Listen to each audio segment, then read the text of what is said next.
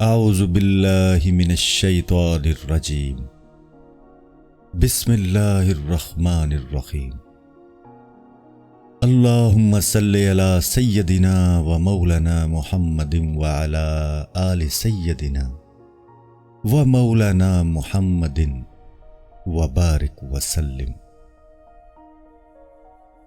حاضرین و ناظرین، یہ کتاب ہم نے پوری کوشش کی ہے کہ لفظ بہ لفظ جو مثنوی میں لکھی ہے اسے آپ کے سامنے پیش کیا جائے، مگر پھر بھی بشری تقاضوں کو مد نظر رکھتے ہوئے اگر کوئی بھول یا غلطی ہو گئی ہو تو ہم حضرت محمد جلال الدین رومی رحمۃ اللہ تعالی علیہ کی بارگاہ میں معافی کی طلبگار ہیں۔ جیسا کہ سب کو معلوم ہے کہ حضرت جلال الدین رومی رحمۃ اللہ علیہ کی مثنوی کی آج بھی مختلف زبانوں میں تشریح ہو رہی ہے، اور انسان آج تک حضرت کے کلام کو سمجھنے کی کوشش کر رہا ہے، مگر ان حقائقوں کو بہت کم لوگ سمجھ پائے ہیں۔ لہٰذا ہم آپ سے درخواست کرتے ہیں کہ اگر آپ کو کچھ باتیں سمجھ نہ آ رہی ہوں تو مثنوی کی شرح کا بھی مطالعہ کریں، اور بہتر تو یہ ہوگا کہ آپ اپنے پیر و مرشد سے بات کریں اور سمجھنے کی کوشش کریں۔ حضرت نظام الدین اولیاء رحمۃ اللہ تعالی علیہ فرماتے ہیں کہ ویسے تو ہدایت دینے والی ذات صرف اللہ کی ہے، مگر بندے کو بھی کوشش کرنی چاہیے۔ ہم دعا کرتے ہیں کہ حضور کائنات محمد مصطفیٰ صلی اللہ علیہ وآلہ وسلم کے صدقے اللہ تعالی ہمارے دلوں کو ایمان سے روشن فرمائے اور ہمیں ثابت قدم رکھے، آمین۔ جلد اول، حکایت نمبر 73۔ ایک سوداگر کا قصہ جو ہندوستان تجارت کے لیے جا رہا تھا، اور ایک قیدی طوطی کا ہندوستان کی طوطیوں کو پیغام بھیجنا۔ ایک سوداگر کے پاس ایک طوطی تھی جو کہ پنجرے میں قید تھی۔ ایک دفعہ سوداگر نے ہندوستان جانے کا قصد کیا اور گھر میں سے ہر ایک سے پوچھا کہ واپسی پر اس کے لیے کیا لائے۔ ہر ایک نے اپنی خواہش ظاہر کی۔ اس نے طوطی سے بھی پوچھا کہ کیا سوغات چاہتی ہے، تو طوطی نے کہا کہ وہاں میری ساتھی طوطیاں ہوں گی، ان کو میرا حال بیان کر دینا کہ وہ طوطی تمہیں ملنے کے لیے مشتاق ہے اور قید سے رہائی کی تدبیر اور رہنمائی چاہتی ہے۔ اگر مجھ سے کوئی کوتاہی ہوئی ہے تو کیا برے کے ساتھ برا سلوک کرنا چاہیے؟ پھر تم میں اور مجھ میں فرق کیا رہا؟ اے الہی، جو سلوک غصہ میں تو ہم سے کرتا ہے وہ سرنگی کی آواز سے زیادہ خوشگوار ہے۔ تیرا بظاہر ظلم دنیا کی دولت سے بہتر ہے۔ تیرے ظلم میں بھی شرینیاں اور لطافت ہے جو ہر ایک نہیں پہچان سکتا۔ اگر تیرے ظلم کی حقیقت کا انکشاف ہو جائے تو عالم اگر رو رہا ہو تو خوشی سے ہنسنے لگے۔ طوطی نے کہا کہ میں اللہ کے قہر اور مہربانی پر عاشق ہوں، اس لیے کہ میرا عشق ان دونوں مخالف چیزوں کے منبع سے ہے۔ عشق کیوں نہ ہو، کیونکہ اس کے بغیر چارہ ہی نہیں ہے۔ عشق کی وجہ سے محبوب کی طرف سے آنے والی سب ناگواریاں عاشق کو گوارا ہوتی ہیں، اس لیے وہ کل کا عاشق ہے اور خود اسی کا جز ہے، گویا اپنے آپ پر ہی عاشق ہے۔ جلد اول، حکایت نمبر 74۔ اقول الہی کے پردار پرندوں کا ذکر۔ جان کی طوطی کا بھی یہی حال ہے، وہ کہاں ہے جو ان پرندوں کا محرم ہو۔ جب ایسی روح درد فراق سے نالاں ہوتی ہے تو ساتوں آسمانوں میں شور مچ جاتا ہے۔ ایسی روح سے اللہ تعالیٰ کے نامہ و پیام جاری رہتے ہیں۔ وہ ایک بار یا رب کہتی ہے تو جناب باری کی طرف سے 60 بار لبیک کی صدا آتی ہے۔ اس کی لغزش خدا کے نزدیک اس کی اطاعت سے بہتر ہوتی ہے۔ اس کا کفر ایمان سے بڑھ کر ہوتا ہے۔ اس کا جسم زمین پر لیکن روح لا مقام میں ہوتی ہے۔ وہ لا مکان جو سالکوں کے تصور سے بالا ہوتا ہے، بہتر یہی ہے کہ دم نہ مار، اللہ ہی بہتر جانتا ہے۔ جلد اول، حکایت نمبر 75۔ سوداگر کا جنگل میں طوطیوں کو دیکھنا اور پیغام پہنچانا۔ سوداگر نے یہ پیغام قبول کر لیا اور وہ ہندوستان میں پہنچا تو جنگل میں اس نے چند طوطیوں کو دیکھا اور ان تک امانت پہنچا دی۔ پیغام سنتے ہی ان میں سے ایک طوطی کانپنے لگی، گری اور دم توڑ دیا۔